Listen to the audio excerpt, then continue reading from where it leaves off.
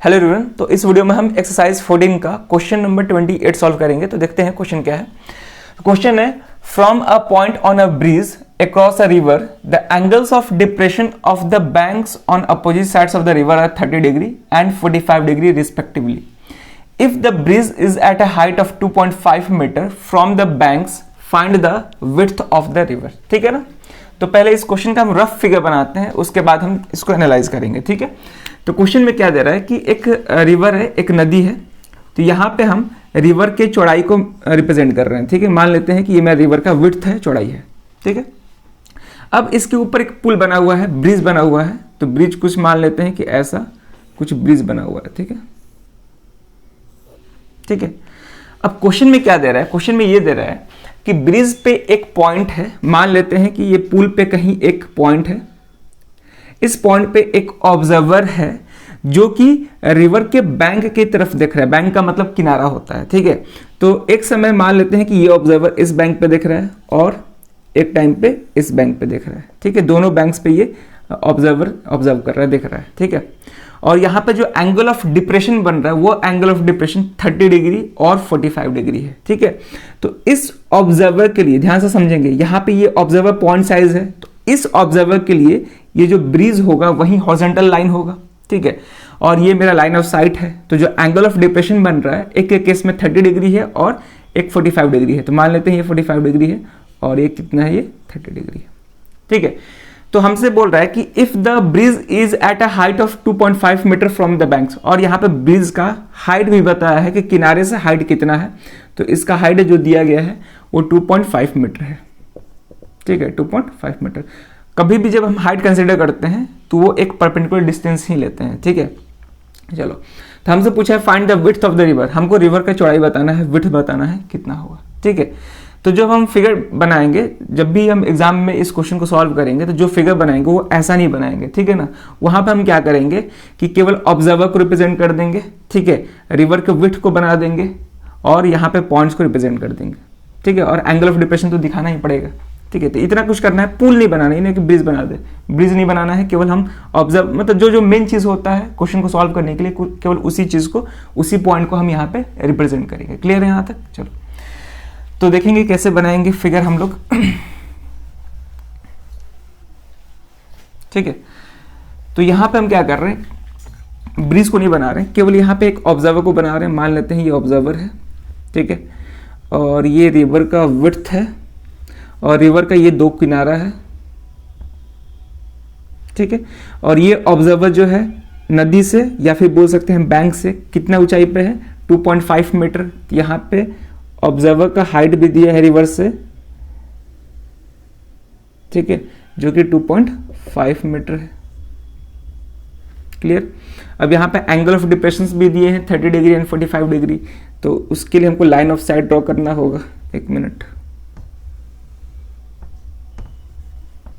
ठीक है। तो यहाँ पे ये लाइन ऑफ साइट हो जाएगा और यहाँ के लिए लाइन ऑफ साइट ये हो जाएगा। ठीक है। अब हॉरिजॉन्टल लाइन भी बनाना होगा। तो हॉरिजॉन्टल लाइन कुछ ऐसा होगा। ठीक है। अब एंगल ऑफ डिप्रेशन क्या क्या दिए हुए हैं, एक 30 डिग्री, एक 45 डिग्री। तो मान लेते हैं कि ये मेरा 45 डिग्री है और ये वाला एंगल मान लेते हैं 30 डिग्री है। ठीक है। अब ये एंगल 45 डिग्री है तो ये भी कितना होगा, 45 डिग्री अल्टरनेट इंटीरियर से। ये भी कितना होगा, 30 डिग्री। क्लियर है यहाँ तक। चलो, अब हम पॉइंट्स का नेमिंग कर लेते हैं। तो यहाँ पे इस पॉइंट को ए बोल रहे हैं, इस पॉइंट को बी, और ऑब्जर्वर वाले पॉइंट को सी, और इस पॉइंट को डी बोल रहे हैं। ठीक है। हमसे विड्थ ऑफ द रिवर पूछ रहा है। तो रिवर का विड्थ क्या होगा, ए बी होगा पूरा। ठीक है। तो ए बी फाइंड करना होगा। तो ए बी कैसे फाइंड कर सकते हैं, तो हम क्या करेंगे, यहाँ पे ए डी फाइंड करेंगे इस ट्रायंगल का यूज करके, और इस ट्रायंगल का यूज करके बी डी फाइंड करेंगे। जब दोनों को ऐड कर देंगे तो हमको ए बी का लेंथ मिल जाएगा। क्लियर है। चलो, अब आते हैं, सॉल्व करते हैं इसको। तो लिखेंगे let A and B be the banks of the river. ठीक है। And C be the point of observation. ठीक है। सी पॉइंट ऑफ मेरा ऑब्जर्वेशन है। और यहां पे हमको क्या मालूम है, सी डी का लेंथ मालूम है जो कि 2.5 मीटर है। क्लियर है। तो यहाँ पे C D is equal to 2.5 metre, ठीक है, ये हमको मालूम है। अब हमको ए बी फाइंड करना है, तो दोनों ट्रायंगल का यूज करके ए बी फाइंड करेंगे। तो पहले इस छोटे वाले ट्रायंगल को लेते हैं, तो लिखेंगे in right triangle A D C, ठीक है। अब यहाँ पे परपेंडिकुलर हमको मालूम है, बेस फाइंड करना है, tan या cot दोनों में से किसी का एक यूज कर सकते हैं। तो tan 30 degree is equal to perpendicular जो कि सी डी है और बेस ए डी है, ठीक है। tan 30 का वैल्यू 1/√3, सी डी 2.5 है और ए डी नहीं मालूम है, फाइंड करना है। क्रॉस मल्टीप्लाई करेंगे तो A D is equal to 2.5 into √3, ठीक है, इतना मीटर, ये ए डी मिल गया हमको। अब हमको क्या फाइंड करना होगा, बी डी। तो बी डी फाइंड करने के लिए इस छोटे वाले ट्रायंगल का यूज करना होगा। तो लिखेंगे now in right triangle B D C, ठीक है, यहां पे tan का यूज करेंगे। तो tan 45 degree is equal to perpendicular C D है और बेस यहाँ पे बी डी है, ठीक है।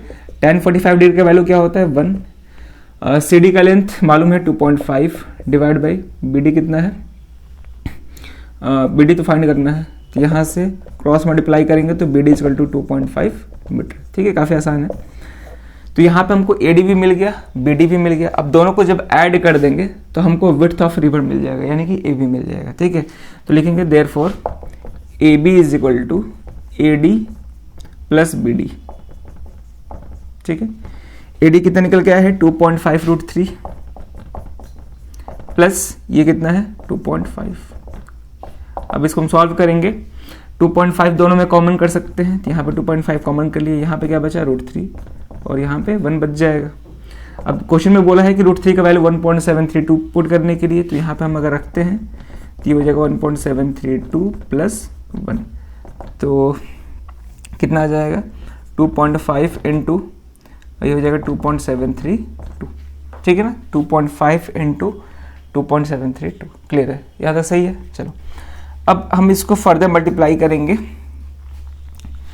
तो कैसे करेंगे ध्यान से देखेंगे। यहाँ पे 2.5 है, तो 2.5 को हम 25/10 लिख सकते हैं, ठीक है ना। 2.5 को हम लिख सकते हैं 25/10, ये डेसिमल हटेगा तो। अब इसको जब हम और सिंप्लीफाई करेंगे फर्दर तो 5 से कट जाएगा 5 टाइम्स में और ये 2 टाइम्स में, यानी कि 5/2। तो हम 2.5 की जगह पे हम 5/2 लिख दे रहे हैं, ठीक है, और सिंप्लीफिकेशन को आसान करने के लिए, और इनटू यहाँ पे 2.732। अब 2.732 2 से कैंसिल हो जाएगा, तो ये हो जाएगा 5 इंटू कितने टाइम्स में चल जाएगा ये 1. ये हो जाएगा मेरा 366, ठीक है, यानी कि 1.366। अब 1.366 को 5 से मल्टीप्लाई करना आसान हो गया, यहाँ पे करते हैं 1.366 इंटू 5, 6 5 30 कैरी ओवर 3, फिर से 3 होगा,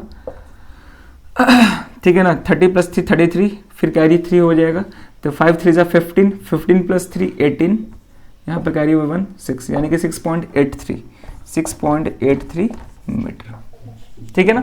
यानी कि यहाँ पे विड्थ ऑफ रिवर कितना आ गया 6.83 मीटर। तो लिख सकते हैं hence the width of the river